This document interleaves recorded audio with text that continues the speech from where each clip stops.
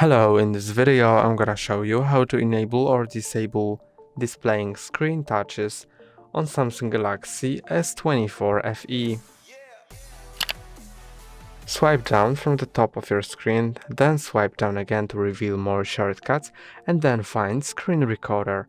It may be on the second page or the other one. I have it here. Press and hold on it, then scroll down to Screen Recordings section, and then find Show Taps and Touches, and when you enable it, it will start showing taps and touches in screen recording. And now I'm gonna show you how it looks. When you swipe down from the top of your screen twice and click on Screen Recorder, then click on Start Recording, you can see that it displays a white dot under my finger. When I stop the recording and click here,